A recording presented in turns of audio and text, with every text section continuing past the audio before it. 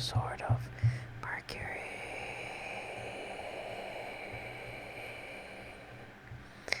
And today we have a very special video.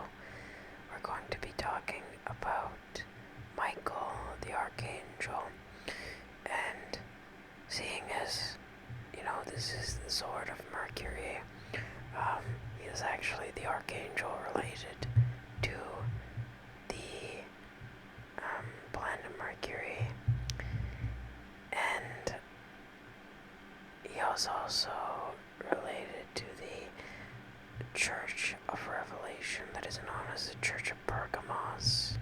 So, without further ado, we'll get into this.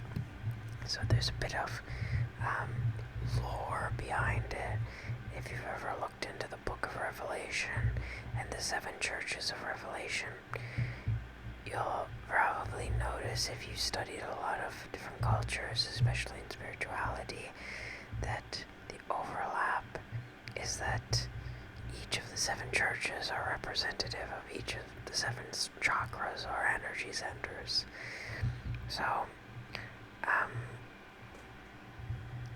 if we look at over here, we have Michael versus the adversary. So, what is the adversary? It's said actually in the passage relating to this. Probably in Revelation 2, I think, but I believe Revelation 2 or 3. It said that the Church of Pergamos, where Satan's seat is, and the meaning behind that is that though the guardian of this church, the Archangel is the guardian of this church, the Archangel who's representative of this church is Michael, the Archangel Michael. Satan's seat is also at the Church of Pergamos because it is the seat of the self, it's the seat of the will in the physical realm. It's the first center of animalistic instinct, even though it is the highest of the lower 3 centers, that being the solar plexus, the sacral, and the root. Where's my tabby marker? Me here without my marker.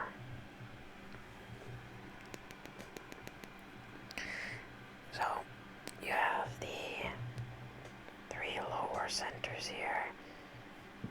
The solar plexus, the sacral, and the root. And essentially, planet Mercury is related to the mental plane. The moon is related to sacral, or the emotional plane. And Saturn is related to the physical plane, the root center. So, what does this mean? What does this mean? What does this mean? What does this mean? What does this mean? It means that essentially all of your constructs, everything that, first of all, Venus is related to the heart, which is the soul. The soul has various threads on it which connect you to things in the physical dimension, which then translates into your construct, which is what we call a mentality, right? And that is essentially the base or the fundamental energetic construct that encompasses something. So, say for example, I don't know, let's say,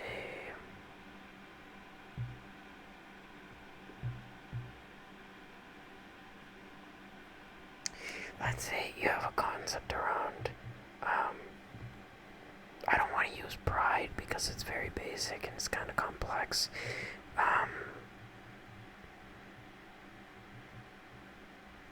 Let's say you're someone who's determined, right?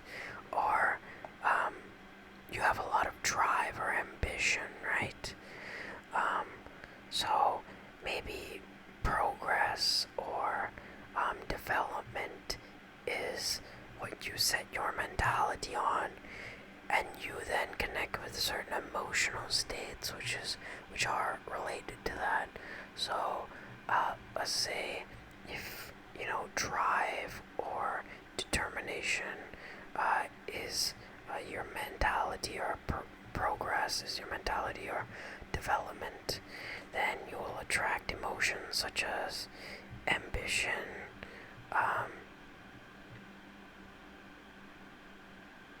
I'm trying not to use the same ordered ones, determination, courage, bravery, accomplishment, striving,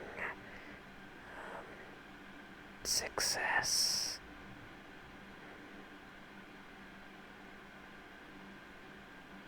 So all of those type of emotions are essentially, the point that I'm trying to get at is all of those emotions that are then, they are a knock-on effect of your mentality. So you construct a mentality which is based around a certain concept, and that in turn connects to certain emotional states which are on the same level as that. Excuse me. So, in that sense, you are essentially getting on the same vibration here as here, and because you are in alignment with your soul in this version, where you are in perfect alignment with your principalities and your values and your ethics and that which is inside of your soul, inside of your heart, you don't create an ego and a shadow. You don't create two sides that is created at the center of mentality.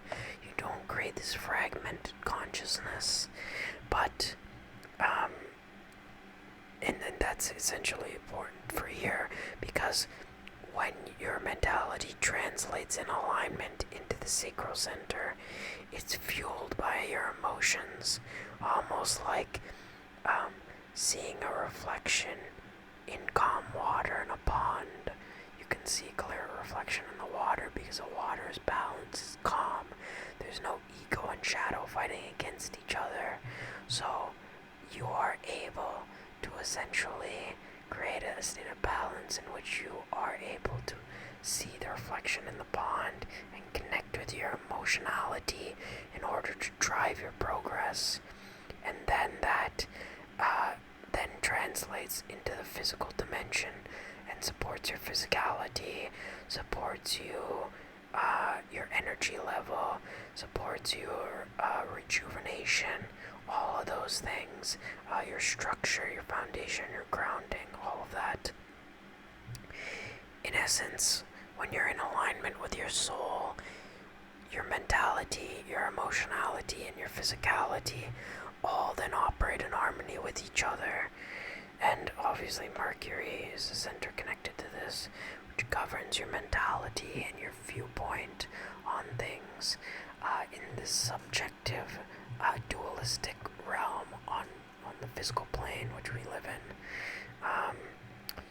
So this is really the fire, the energy that fuels your soul, keeps you your fire around you burning. It's your drive, it's your will.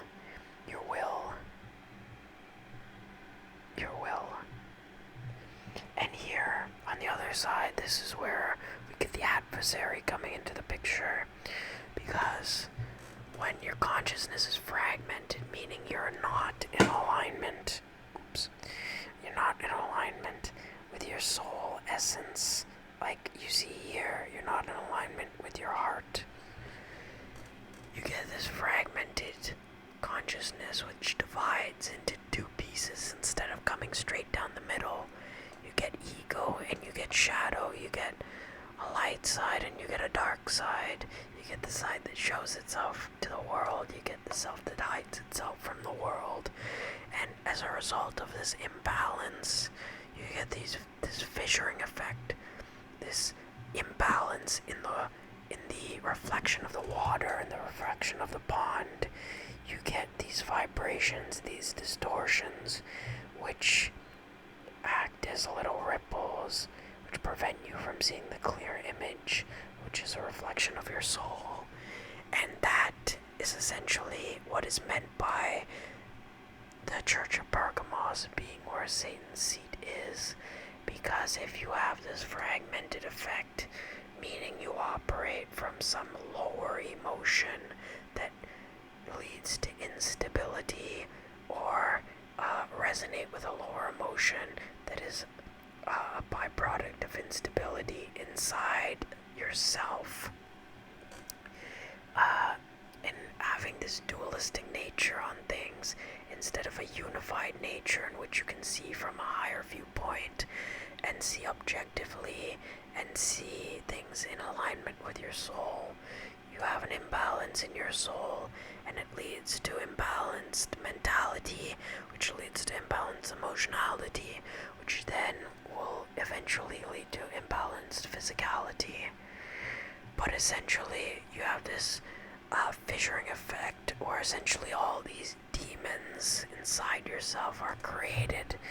And if you look into the Church of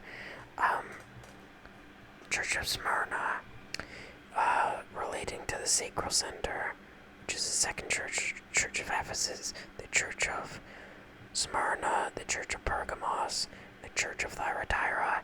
If you look into the Church of Smyrna, which is related to the moon, which is related to water, which is related to emotionality, it's said that the devil or the adversary or whatever will cast some of you into prison so you'll be tested, or whatever. And essentially what it means by that in Revelation 2 we're talking about is that you get these demons coming out of the water, the reflection of the water, which you have to battle against because your soul is not in alignment with its higher purpose. And battling these demons, you can only realign your soul if you overcome the energy that is emitted from this fragmentation. And the way you do that is by realigning with objectivity inside of yourself, realigning with your higher principalities, realizing that the illusions being put forth before you, whether it's the temptation of greed, for trying to manipulate you with material items per se, for example, or say for example, you want something and like you are willing to put your soul out of balance in order to get it, or you're willing to abandon your principalities in order to get it. That is creating this fragmentation effect because you are allowing your soul and your objectivity and your alignment with yourself to go out of balance, which then the out of balance state is showing you a state of greed where you can get what you want, but you're no longer in alignment with you.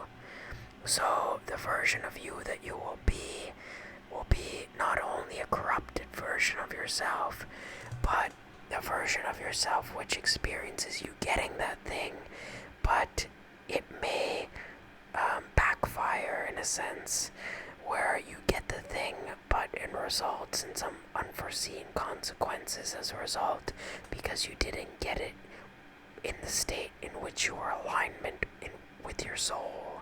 You weren't in alignment with a higher purpose, and because of that, you essentially become just like a point of energy around the fragmentation.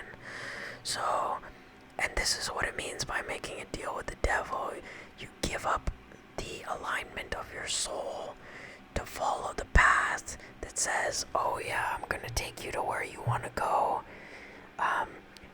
You just have to be ambitious and willing to sacrifice everything in your way in order to get it, and sacrifice your principalities and sacrifice everything that makes you in order to get it, which is a lie. You don't need to do that in order to get what you want, but it's the lie that the adversary whispers to you in order to toss you off balance and in order to create ripples ripples and distortions in the water to pull you emotionally out of the alignment of who you're meant to be. So, but if you have the willpower to overcome that, then you can realize that you just need to reconnect with the mentality that is in alignment with your soul, and these ripples will go back and realign with your soul and disappear. And then, because you refuse to be manipulated by your emotions, because you say that you're going to act with a clear head when you pursue whatever you're manifesting, or pursue your goals with the alignment of your soul essence and of your principalities, then you are in alignment with yourself, and you essentially become like Michael, the Archangel, who is representative of the will, divine justice, and he has the flaming sword, which is able to smite the demons, but you have to be worthy to hold up that sword. You have to be worthy to hold up the flaming sword, because the sword is heavy, but the sword becomes lighter as you move towards alignment of your soul. And when you are in alignment with your soul, the sword becomes light enough for you to smite the demons out of existence and return the water to its calm, clear, purified state. So that is essentially the concept here. So Michael, the essence of him is what is utilized to smite those lower forces, the demons, the lower emotions within yourself that attempt to manipulate you with your desires, your fears, your guilt, your grief, your shame, all of those things, all of the aspects of your being, which have the potential to impede you at some level. The adversary tries to manipulate you with that and lie to you, but if you are in alignment with your sword becomes light enough for you to hold up and then smite the demons, smite the lower forces, smite the adversary. And that's why we see Michael in the picture with his sword into the heart of the adversary and triumphing over him in the first great dust-up upstairs in heaven. So, one who is anointed, or the possessor of his character, that being Michael, has the ability to be in alignment with their soul and smite the demons and the adversary, defeat the adversary. But again, they have the potential to rise again, so you must maintain alignment with your soul so that they do not return, because the water is susceptible to the presence of these forces. So you have to ensure that your fire, your will, your flaming sword is able to purify that. So I'll just also mention that this is the center of the self and the center of alchemy. Typically the center of all magic. Magic represents a change within yourself, which changes something within the subjective universe. So if you change something within yourself, you change your viewpoint of looking at it, you then transcend yourself or transmute an aspect of yourself to align with your soul. And that's why it said that Michael is the Archangel, the one who is like God, because when you have your will in a state of balance, in a state of unity, in a state of alignment, you essentially have the will and have the ability that is akin to the state of God. God is the state in which all of these churches, all of your chakras, all of your energy centers, all of the states of your being are in alignment, all of the dimensions are in alignment and are opened and utilized to their fullest capacity. When the will is in alignment, you have the essence of that which is like God. So, Michael is the strongest archangel, and he is the one who is like God, because having your will in a state that is in alignment with that essence is akin to having the ability like God, in which all the energy centers are in alignment. So, if your will is in alignment, you possess the character of that which is like God. If all the centers are in alignment, you have the potential of God. So that is essentially what is meant by this concept. And, it said, I'm not going to go into it too in depth, but it said that, he who overcometh or something like that, will be given a stone with a new name in it, essentially elaborating on the concept of rebirth. Stone with a new name sometimes can relate to also somebody who's on the path of spirituality. Sometimes it can mean a physical stone, sometimes it means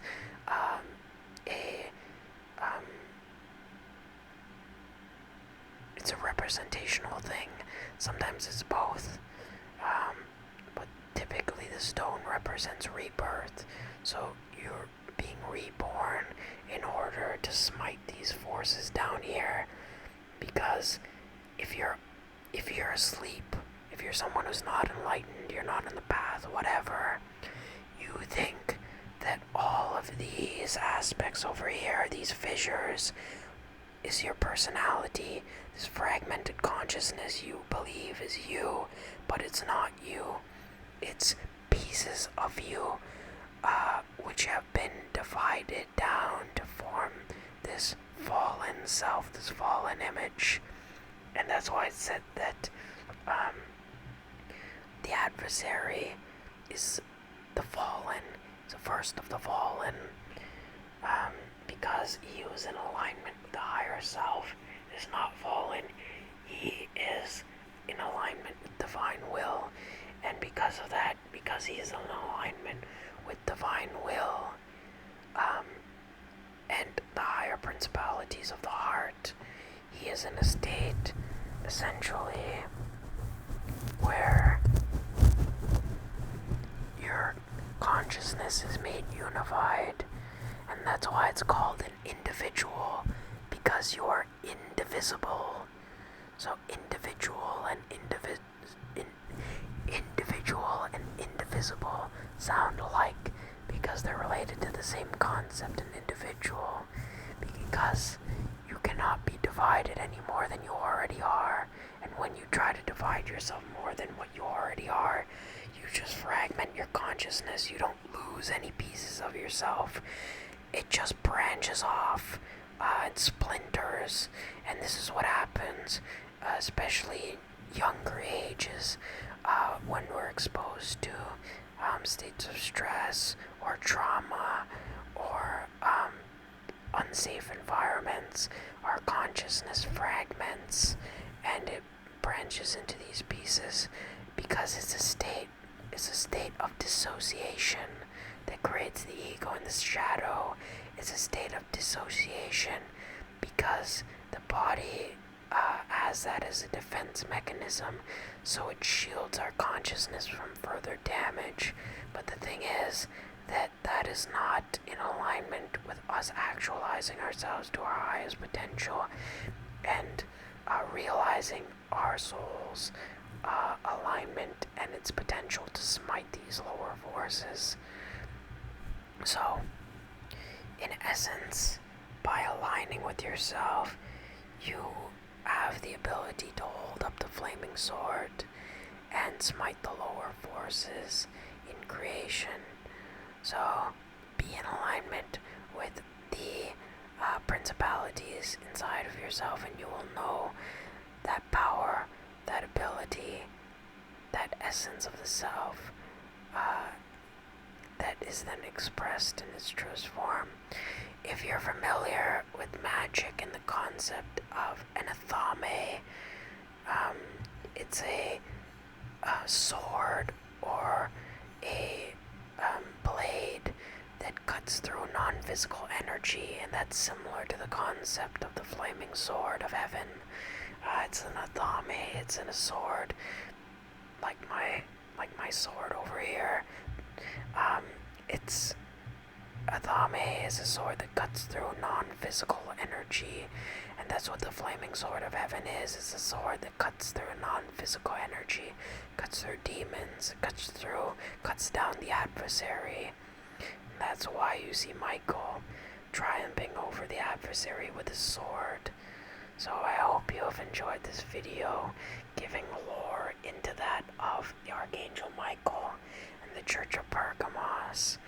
Let me know if you enjoy videos like this and where I elaborate on lore from Revelation, for example, and talk about how you can essentially undo what has been done to parts of our consciousness where it has become fragmented by realigning with the self.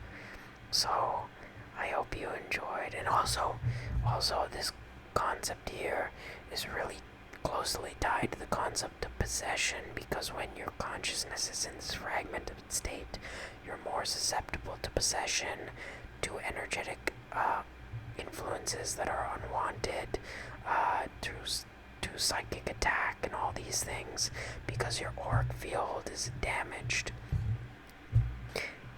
Here, your auric field is strong, and you're not susceptible to those influences because you know who you are, and no energetic energies can affect you that are unwanted and are not in alignment with you. So again, that's the principle of the Church of Pergamos and the Archangel Michael, the one who is like God. So I hope you enjoyed today's video here on the Sword of Mercury. And let me know if you like content like this, so I can make more in the future. Let me know what other content you like to see on this channel. I encourage you to like and subscribe. I also encourage you to share this video with friends or family, especially anybody who's interested in religion or studying theology or any spirituality, or likes the works in the book of Revelation, or is a big Bible buff, or is somebody who is religious, and they may like this, because it really does help support the channel and help me continue to providing you with more content like this as I lull you guys to sleep. So I hope you have enjoyed today's video, and once again, like and subscribe to help support me here so I can bring you more stuff like this. Also follow me on Instagram at top_sorcerer if you want to check out other stuff that I have going on there. Also, if you enjoy longer form content, you can subscribe or check out my channel, Moonstruck, which I'll link in the description below. It's podcast format, where I talk about similar topics to what I talk about here, but I do so in longer format, and I don't do so in ASMR, but I do think if you like this content, you would really enjoy that as well. So once again, this has been the Sword of Mercury. Remember to like, subscribe, and please share this on social media, so we could help expand our network and platform here. And once once again, I love hearing from you guys in the comments section. Thank you for all your support. We just hit 200 subscribers, so yay! And I will see you guys in the next video. Bye-bye. Oh yeah, this is the Prince of Mercury signing off. Bye-bye.